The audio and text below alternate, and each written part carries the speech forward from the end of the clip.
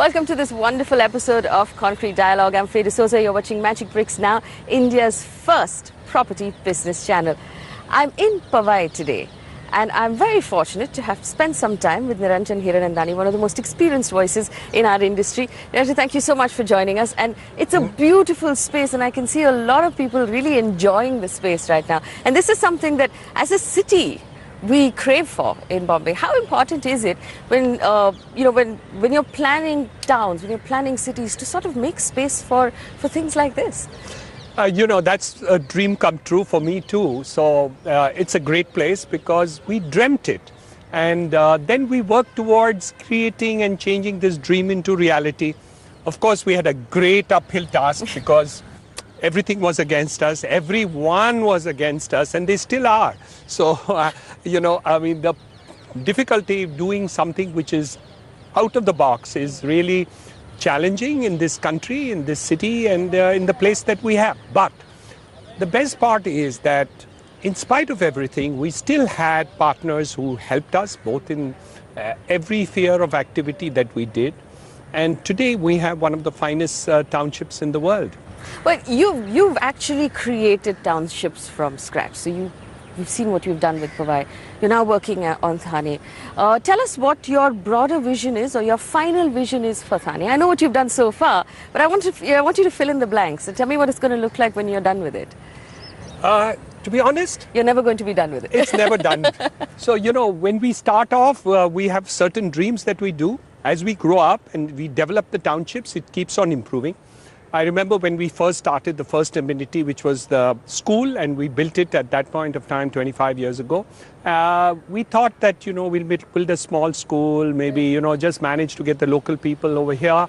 Now it's one of the finest schools in Mumbai. Much later, we started a hospital. Today, it is the best quality hospital in India, certified. Yes. Now, to get from A to B is easy, but to get from A, B to the best is very tough. So when we aspired for doing the best in the world, I think we managed to reach something which was excellent. But the aspiration and dreams have always been there, and some amount of good fortune too. I know that this is a topic that you feel very passionately, and you've been vocal about it of late. The ease of doing business, or the lack of it. Yes. In Thane, for example, when we did see that really unfortunate incident where we lost a member of this industry, to what's going on, the government since then, both centre and state, have talked a lot about sort of bringing in the ease of doing business in construction permits, in environment permits. Has it only been lip service so far? Have we actually seen anything concrete happen on the ground? Let me tell you, there are two parts to this story. Sure. The first part is the unfortunate part which you've recounted. The second part is the positive story. Mr. Devendra Fadnavis has given clear-cut instructions to the municipal commissioners and the various departments that they have to change the pattern. So those directions are definitely there, and he means it. The municipal commissioners today in Mumbai has already started the process, and I believe that very soon instructions will be given for the purposes of this, but they have actually not been implemented in terms of reduction of all these things happening. But it's on the way, is what we have done. So when you're telling me and asking me, what is it up till now? The answer is not yet. We don't have the answer on the table. But we do see the writing in terms of wanting to get it implemented. And I think that's the first and most important step to get things done. So I think the intent is very clear. And desire seems to be there too. But if you're asking me, is it Have you actually done something? No. The answer is How long before it's over? See, sometimes it becomes extremely difficult because the system has degenerated to such an extent that, it's like, it's not like filling the cavity in the teeth. It's like removing the teeth and getting some, whatever they put at old age, they've got to really do it again. The dentures, yeah. The dentures. But what is really, the thing is, it's possible to do. You see, some people tell me, it's never going to happen. My view is that with the municipal commissioners that we have on the ground and their intent and the backing from the top saying, yes, it has to happen, I think that part of it is very important. Okay, so that's the Chief Minister and the municipal commissioners right now. But I know environment is a huge problem. There's a problem right now with Powai and the fact that there may or may not be some portion of it on forest land. Then that's not a state subject, it's a central subject. Yeah. And so much needs to be done there. Yeah, what sort of progress do you think the government is making in that area? I had a chat with the Environmental Secretary, Malini Shankar, Sure. and she has promised that the time is being shortened and a large number of cases have been taken. As far as the industrial is already up to date, Sure. and the rest of it also will happen. Time is being short. It's about 3 years right now. It's come down. It's come down, and okay. I believe it's now May, applications of May are being dealt with as far as the committee is concerned. So there has been a shortening of that time. But the second part of it is more important. We have approached Mr.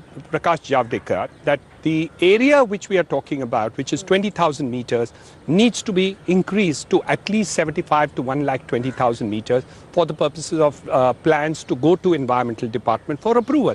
If that happens, then all the environmental clearances for the smaller projects will be with the planning authorities, namely the corporation. So I think if we can get the central government to really mandate this change, then the number of cases with the Environmental Department will be manageable. Today what happens is everything comes to the central department and it's quite a difficult thing. But I believe that even there, they're making efforts to do so. As I said, top down, efforts are being made. On the ground, we have still to see the final results. So there is the political conviction, we just haven't seen it translate to the ground, is what you're saying. Absolutely.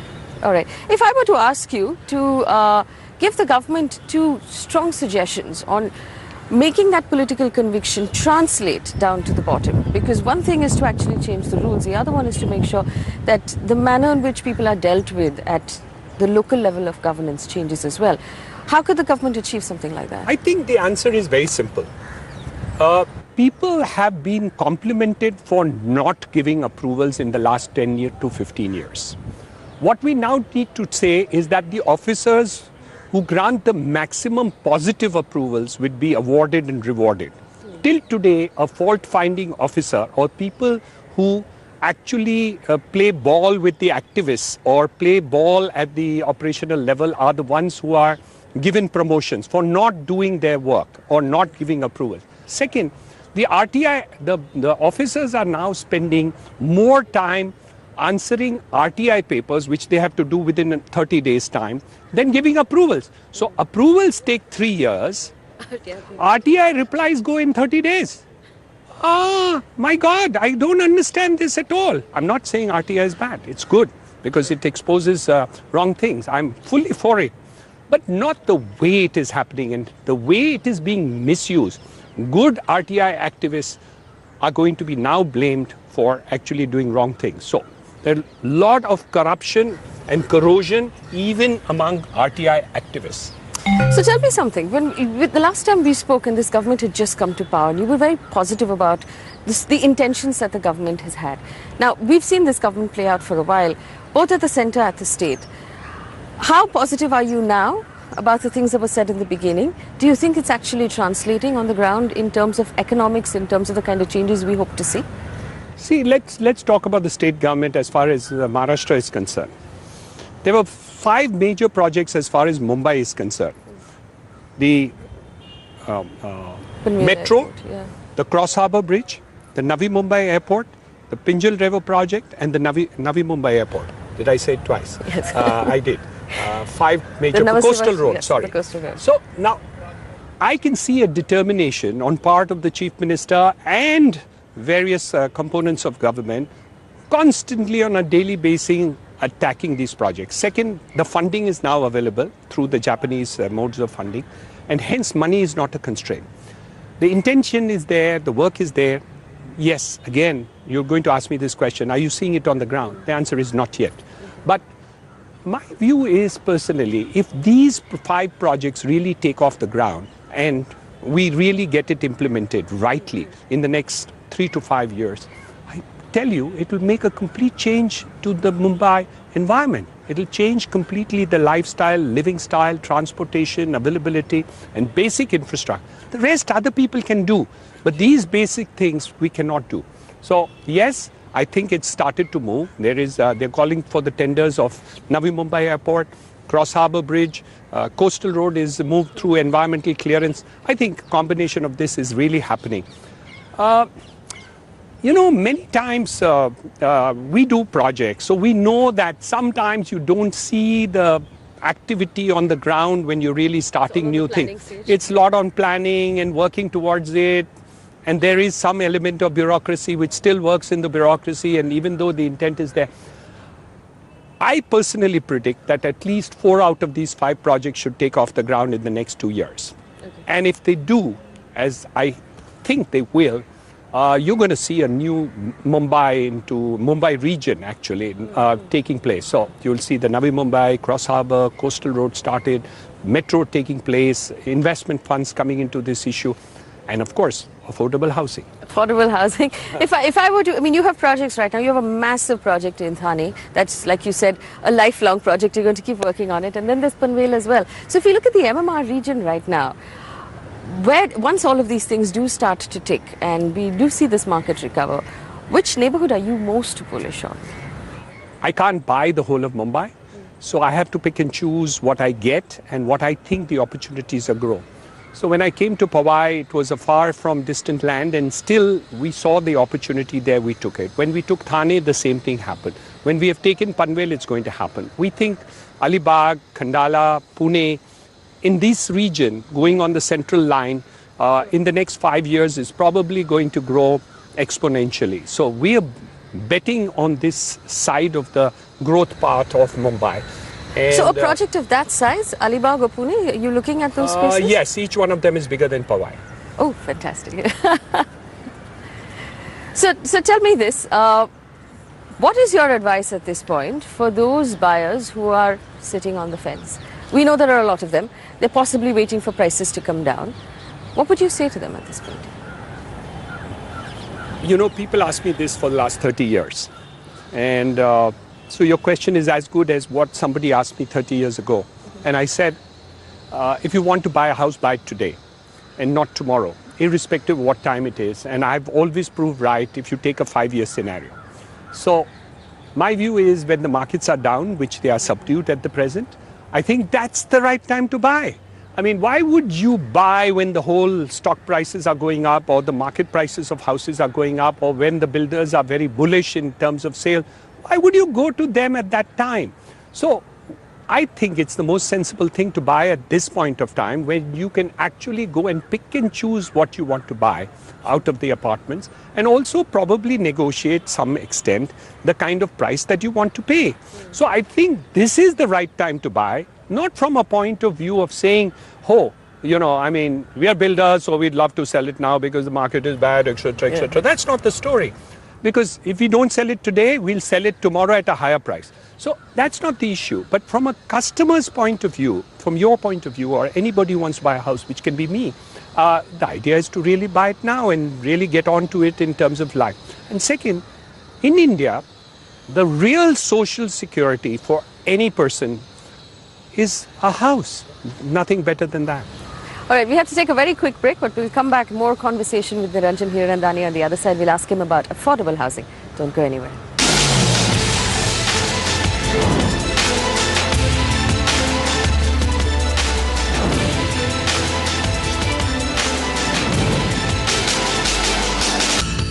Welcome back. You're watching Magic Bricks Now, India's first property business channel. I'm in conversation with Niranjan Hiranandani. Well, before we went into break, you did mention affordable housing. And that's been a massive challenge, especially in Mumbai. You've been asked now by the courts to put some affordable housing in Powai as well. Where is that in terms of a project? You won't believe it. Yes. I always wanted to make the small flats. Even when the court said that you have to make small flats, the most resistance I've got is not from myself or the company. It's all from the people who already live here. They are the ones who are more upset than I am. So it's not me bothered about making small apartments and other things in Powai or any other location, but it's actually the resistance, and the societies have filed suits against me for the purposes of doing the doing the small flats. But that's the perception which people have, and I can't help it. But that's the perception that, you know, I only do for this. But remember, we sold flats over here at 500 rupees a foot also.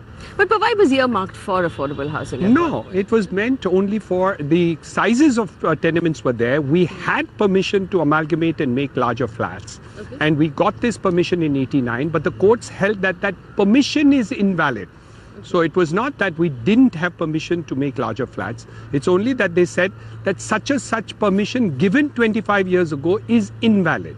Okay. Yeah, so there was no this thing about it. And I was quite happy to make small flats too, because I can sell small flats and there are lots of people wanting to buy small flats. So there's no issue really from my side. But the perception is, oh, I didn't want to make small flats. That's not true at all.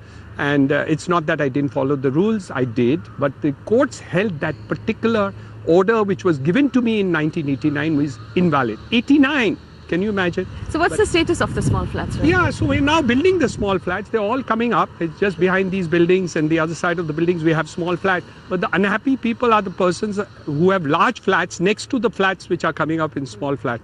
So they're the unhappy ones, not me. What's the status also about the forest land issue with some of your Powai buildings? That There is no forest land issue in Powai or any other place in any of my projects as far as concerned. There was a small portion of buildings in Thane which have already been completed 12 years or 15 years ago, which are now supposed to be affected, which now, of course, the Supreme Court has cleared. Panvel and your Chennai project, there's been a fair amount of buzz on social networking. What's the status of both of those projects right now? Both of them are off the ground, and we are doing it. We expect that we will deliver 2 million square feet of commercial space this early next year.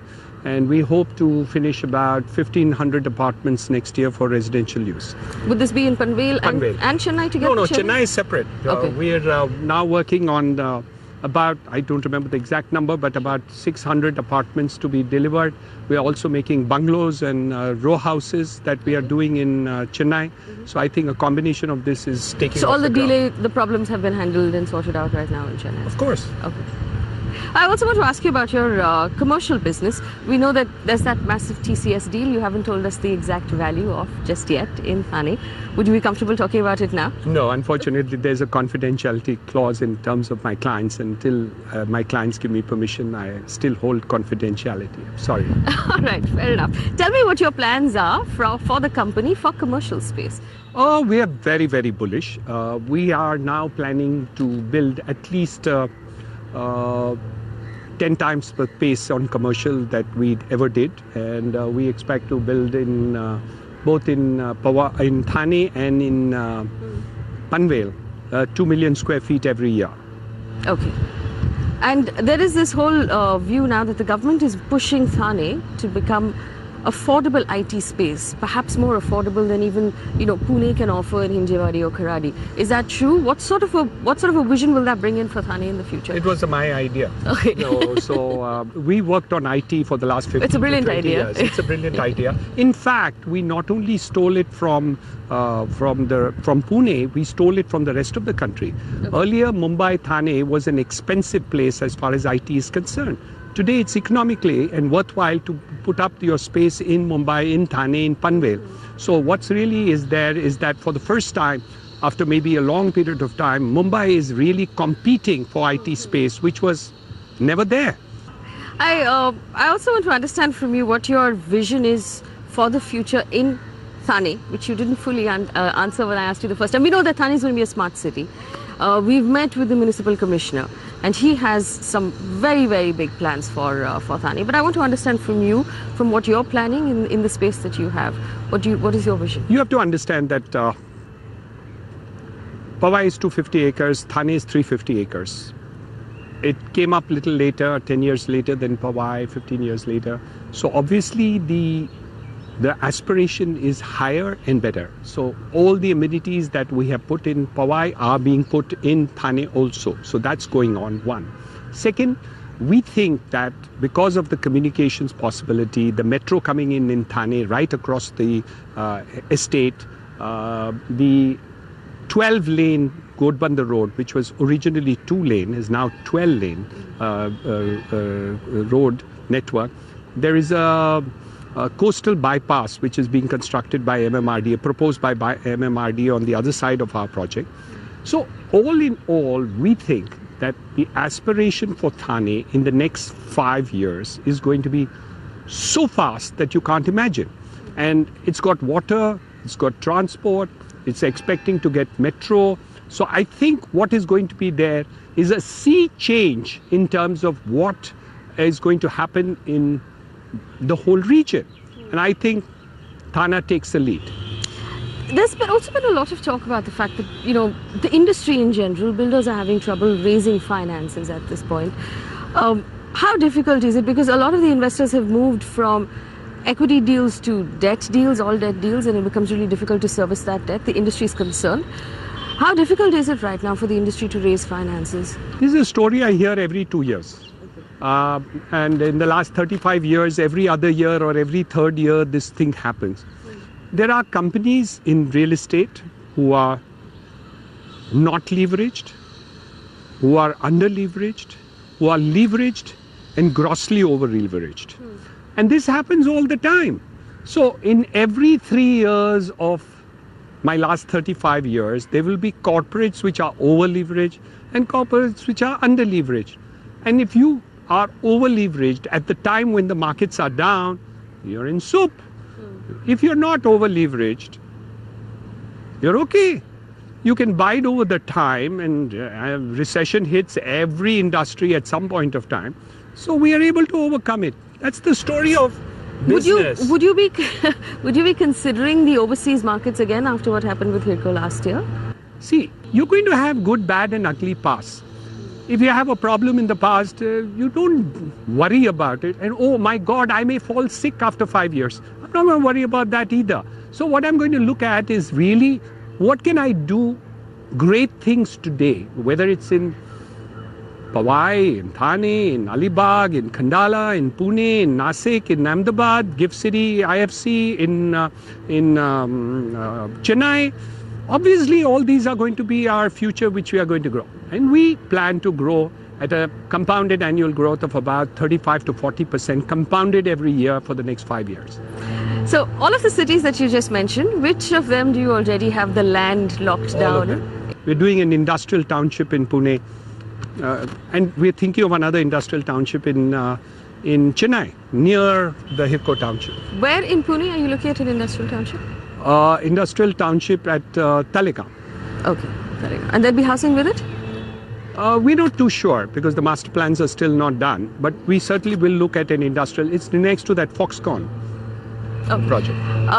Last question, just to put a quick nail in it, there's been so much buzz about the fact that developers need to bring down prices, everything is overpriced, there's too much headroom, there's a bubble that has to burst and all of that, which I think is leading a lot of people to say, okay, I have to buy a house, let me just wait until the prices do come down. Will they come down any further from where they are at all? Do you believe that this Diwali is that opportunity to go out and make that purchase? Do you see any pockets from the markets that you're looking at? Do you see any pockets at all where you think there's a bubble or something might actually come down, or we might see the crash that's being predicted by some analysts? I don't see any crash happening, and I don't see opportunities which are going to grow too much. But what I do see that in the small size affordable segment of small tenements, which may take place, say, in the Mumbai expanded region and stuff like that, you're going to see far more affordable housing than you ever saw before. So I think that positive part is definitely there. But if you're looking at segments like Thane, like Panvel and other things, the opportunity of today is probably the best opportunity. Once these developments take place and move to the next level, the infrastructure is fully into place like Panvel does in maybe 5 years from today, you're not going to see the present prices. They're going to go up. All right. So I would recommend that they should buy today. All right, bye today. Niranjan, thank you so much for spending time with us on the brand new channel. We look forward to seeing a lot more of you and hear your voice far more often. And I wish your channel the very best. Thank you. All the best. Thank you.